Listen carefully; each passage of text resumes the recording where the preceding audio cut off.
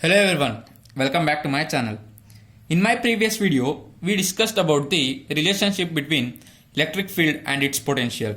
Now, again from the chapter 2, that is electrostatic potential and capacitance, we are on one of the most important derivation, that is the capacitance of parallel plate capacitor of air medium. Now, we have the parallel plate capacitor here. The parallel plate capacitor consists of two flat surfaces. As you see here, this is the one surface and this is the one surface, and they are separated by small distance, that is d, and the medium is filled by vacuum or air. And as you guys know, I am always usually tell this in every video, your paper consists of 30 to 40% the derivation questions. So you need to write exactly whatever given in your textbook or whatever given in your reference notes or the reference notes, what you prefer. Write exactly, write thoroughly, write everything crystal clear so that you are getting full marks out of the question asked. So practice all the derivations around 30 to 35, and I am on the way to make you success with all your derivations question. Now let us jump to the derivation. We have parallel plate capacitor here. The distance d is the separated distance from the two parallel plates surface. Now we know this is nothing but the surface charge density. The surface charge density is nothing but the charge q by area A. Density is nothing but a charge by area. Now in our outer region of the two plates, electric intensity is 0.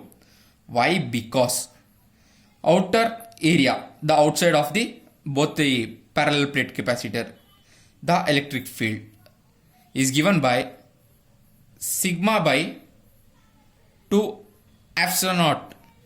Sigma by epsilon naught is nothing but the electric field at the point which is near to the surface. Now we have two plates, and sigma by 2 epsilon naught of one plate cancels with sigma by 2 epsilon naught of the another plate. This results in 0.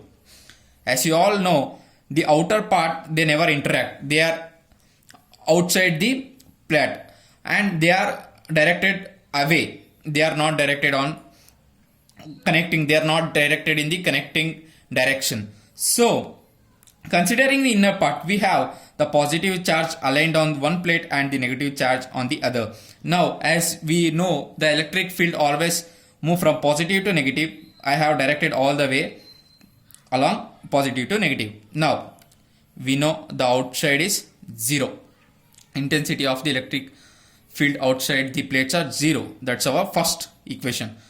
Now moving on, as I told, the inside they are connecting, the direction is from positive to negative, so they add up sigma by 2 epsilon naught of one plate adding with sigma by 2 epsilon naught of another plate. This gives sigma by 2 epsilon naught, that going to be sigma by epsilon naught. Now now we came to know that sigma by epsilon naught is the net electric field inside the medium of the the capacitor given.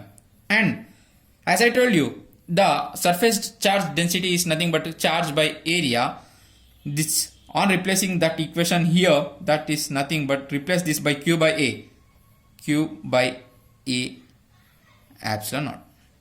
This is our second equation. This is because sigma is nothing but q by a. So simple guys, easy to remember. Now moving further, the direction of E is from positive to negative as I told, and the electric field is uniform, so we can write V is equal to ED. This is the relation you have. If you don't remember this equation, just remember V is nothing but the voltage which is equal to the electric field into distance. Now the electric field we have obtained, that is q by a epsilon naught. Substitute that E epsilon naught, and we have distance d, and this is our equation 3. That's it. V is equal to the force into displacement. V is the change in the potential is nothing but work done. If you remember, this will be easy, or else you just remember V is equal to Ed. The change in potential is nothing but a work done, and work done is given by the force. Here the force is electrostatic potential field, that is E into displacement D. We can write this in this form. We got Q by A into epsilon naught here. That is clear. Now the capacitance of the parallel plate capacitor C is given by charge by voltage. This is the standard definition of the parallel plate capacitor. C is equal to Q by V, and that is nothing but Q by V. We have V, Q by A epsilon naught into D. This gives us Q into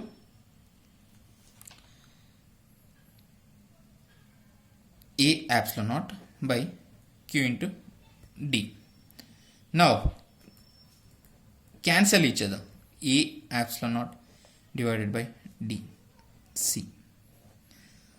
As you guys can see, the capacitance of a parallel plate capacitor is depending only on the medium, the constant of the medium, the epsilon naught. If this is considered as air, then, or if we consider this as any medium, that is always be constant. Now the varying part is the area between them. The area between the distance between, sorry, D is the distance between the two parallel plate, and the area. The area is nothing but the area of the parallel plate.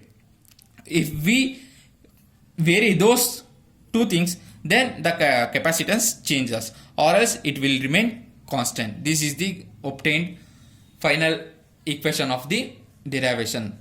See guys, I have written only equation only just to make you understand. While you writing in your preparatory exam or whatever it may be, you need to mention all the statements. Every statement given in your textbook, you need to mention all those things.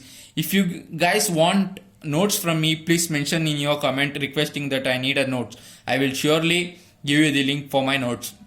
Now if you have any doubt, please bring to our notice via comment section. Now let us move on to the next derivation from this chapter, or you guys need any derivations for your reference, you may ask me. I will make a video on that too. All the best for your exams. Thank you for now. Bye. If you like it, please do share, subscribe. Thank you.